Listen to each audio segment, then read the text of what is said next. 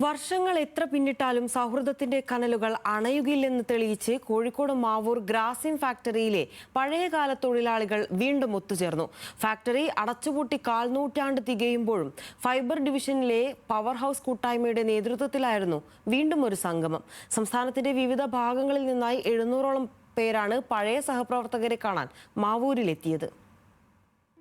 വർഷങ്ങളോളം ഒരു കുടക്കീഴിൽ ജോലി ചെയ്തവർ, ഒരേ ചുമരിനിപ്പുറവും അപ്പുറവും താമസിച്ചവർ, 25 വർഷത്തെ ഇടവേളയ്ക്ക് ശേഷം അവർ വീണ്ടും കണ്ടുമുട്ടുമ്പോൾ മാവൂർ ചാലിയാർ ജലക്കിലെ വേദിയിൽ നിറഞ്ഞത് സന്തോഷം മാത്രം. പ്രായത്തിന്റെ അവശതകൾ മറന്ന് അതിരാവിലെ തന്നെ തിരുവനന്തപുരം മുതൽ കാസർഗോഡ് വരെയുള്ള ജില്ലകളിൽ നിന്ന് തൊഴിലാളികൾ എത്തിച്ചേർന്നു. പേര് ചോദിച്ചും പഴയ തമാശകൾ പറഞ്ഞും അവർ പരിചയം പുതുക്കി. മൺമറഞ്ഞു പോയ തൊഴിലാളികളുടെ കുടുംബാംഗങ്ങളും സംഗമത്തിന്റെ ഭാഗമായി. പ്രിയപ്പെട്ടവർക്കൊപ്പം ജോലി ചെയ്തവരെ കാണുന്നത് അവർക്കും വലിയ ആശ്വാസമായിരുന്നു. ഗ്രാസിം ഇൻഡസ്ട്രീസ് അടച്ചുപൂട്ടിട്ട് 26 കൊല്ലമായി.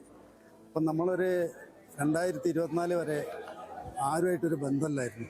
കാരണം നമ്മൾ കമ്പനി അടച്ചുപൂട്ടുമ്പോൾ മൊബൈൽ ഫോണോ ഇൻ്റർനെറ്റോ ഒന്നുമില്ല.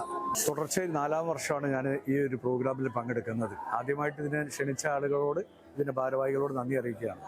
അതോടൊപ്പം എൻ്റെ ഫാദർ ഇന്ന് ജീവിച്ചിരിപ്പില്ല.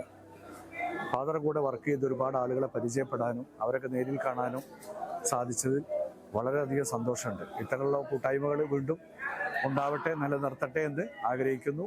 പഴയകാല ട്രേഡ് യൂണിയൻ നേതാക്കളും ജനപ്രതിനിധികളും സംഗമത്തിൽ പങ്കുചേർന്ന് ആവേശം പകർന്നു. ഫാക്ടറി ഭൂമിയിൽ പുതിയ തൊഴിൽ പദ്ധതികൾ വേണമെന്ന ആവശ്യം വീണ്ടും ചർച്ചയായി. നല്ല താല്പര്യമായിരുന്നു. ഞാൻ ഈ ഫാക്ടറിയിൽ ശരിക്കും 10-20 വർഷം ജോലി ചെയ്ത ആളാണ്. അന്നത്തെ ഓർക്കാനും ഓമനിക്കാനുമായിട്ട് ഒരുപാട് ഓർമ്മകളുണ്ട്. പല ആളുകളെ ഇന്ന് കണ്ടു. ചില ആളുകളെ പേര് പറഞ്ഞെങ്കിലേ അറിയുള്ളൂ. കാലം അത്രയ്ക്ക് വലിയ മാറ്റമാണ് വരുത്തിയിട്ടുള്ളത്. അങ്ങനെയാണ് ഇത്രയും കാലമായിട്ടൊക്കെ നിൽക്കുമ്പോൾ അങ്ങനെ സ്വാഭാവികമായിട്ട് കണ്ടറിയാനൊക്കെ ബുദ്ധിമുട്ടാണ്.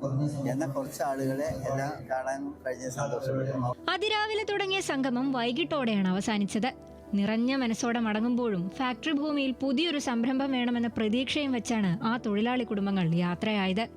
ന്യൂസ് മലയാളം, കോഴിക്കോട്.